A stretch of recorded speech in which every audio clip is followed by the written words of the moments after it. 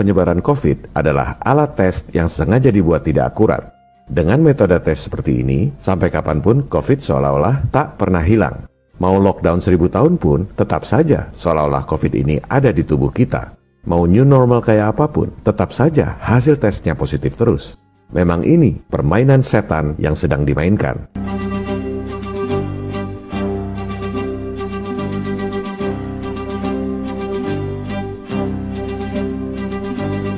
Masyarakat dibikin ketakutan dengan virus yang akan terus ada meski sudah divaksin. Sehingga Anda harus vaksin terus-terusan, ketergantungan pada industri vaksin.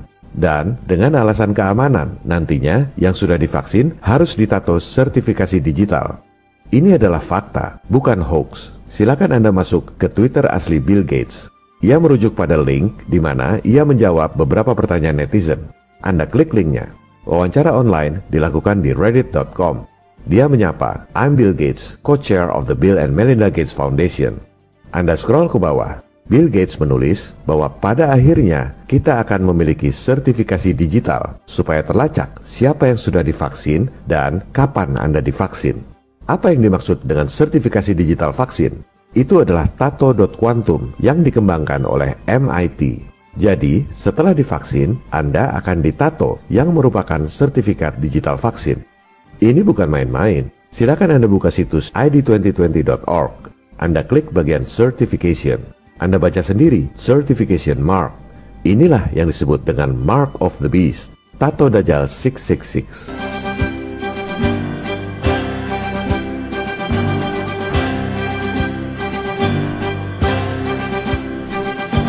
Dari judul situsnya, Anda sudah harus paham bahwa mereka merencanakan penerapan Tato Dajjal ini di tahun 2020.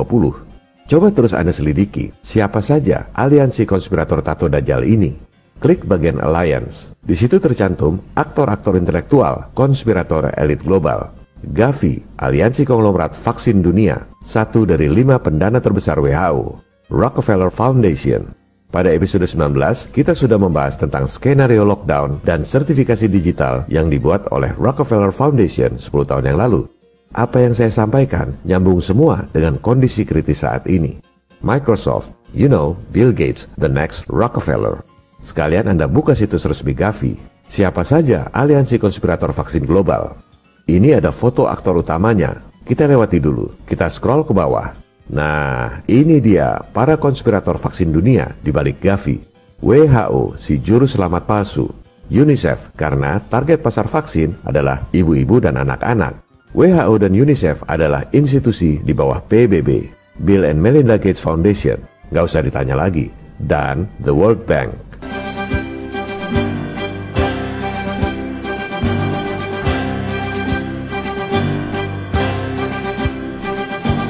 Dari sini, Anda sudah harus bisa membaca yang tersirat bahwa vaksin dan sertifikasi digital akan dikaitkan dengan alat pembayaran. Vaksin COVID plus status sertifikasi Mark of the Beast akan jadi kewajiban. Kalau sudah diterapkan, Anda tak akan bisa menolaknya. Dan ini baru awalnya. Lama-lama, kalau Anda nggak ditato, Anda nggak bisa bertransaksi. Tato Digital ID sudah mulai dipropagandakan sebagai jalan keluar dari lockdown. Tato dulu dong, baru boleh keluar dari lockdown. Eventually, what we'll have to have is certificates of who's a recovered person, who's a vaccinated person.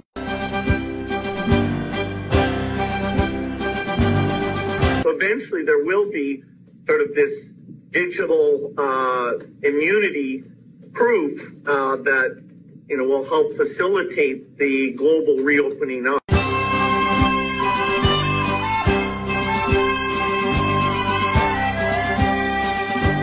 COVID sendiri sebenarnya singkatan dari Certificate of Vaccination ID. Tentu saja dibantah oleh media-media mainstream. Mereka memang digaji untuk membantah.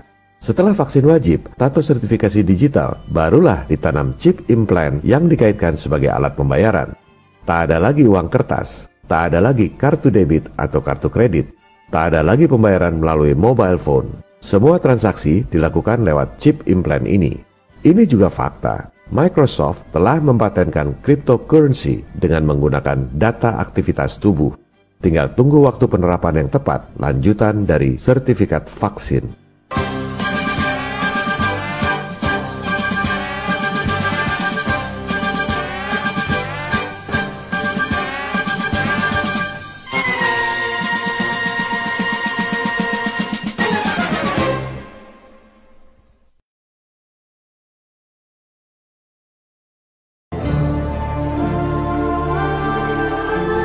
Mendengar pemaparan tentang perilaku elit global, kebanyakan umat Muslim dan umat Nasrani teringat dengan kisah datangnya The Antichrist yang dalam bahasa Arab disebut Al-Masih Ad-Dajjal.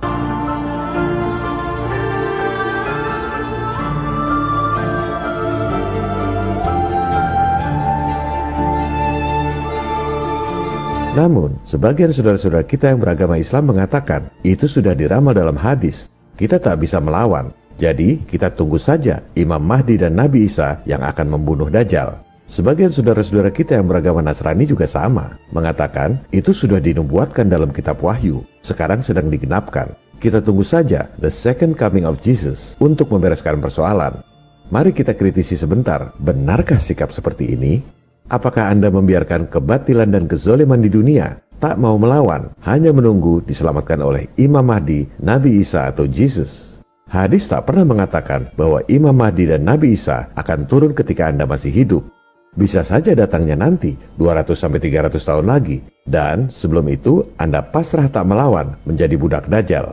Alkitab pun tak pernah mengatakan bahwa the second coming of Jesus akan terjadi ketika Anda masih hidup. Bisa saja datangnya 200-300 tahun lagi. Dan sebelum itu, Anda pasrah tak melawan, menjadi budak The Antichrist.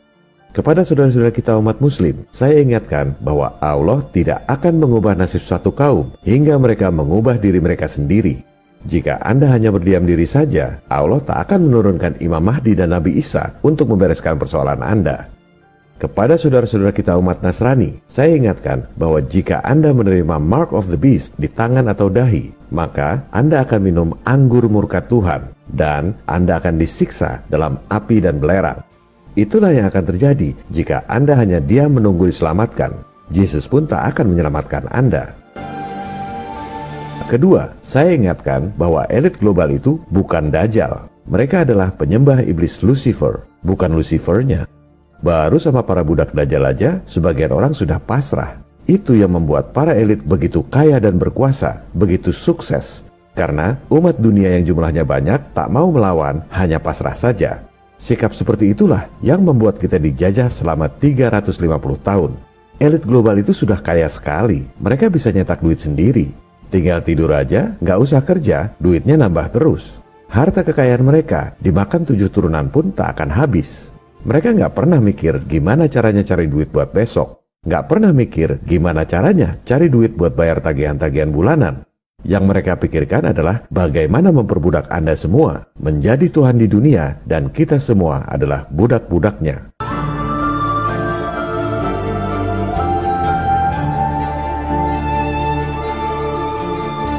Anda dan anak cucu Anda akan selamanya disuruh pakai masker dengan alasan supaya nggak kena virus yang akan terus ada meski Anda sudah divaksin. Anda akan selamanya dicek temperatur di jidat seperti barang belanjaan di supermarket. Anda akan terus dipersulit untuk beribadah bersama. Dan nantinya Anda akan diwajibkan untuk vaksin, ditato sertifikasi digital dengan alasan untuk melacak Anda sudah divaksin atau belum. Semua itu dibungkus dengan istilah new normal.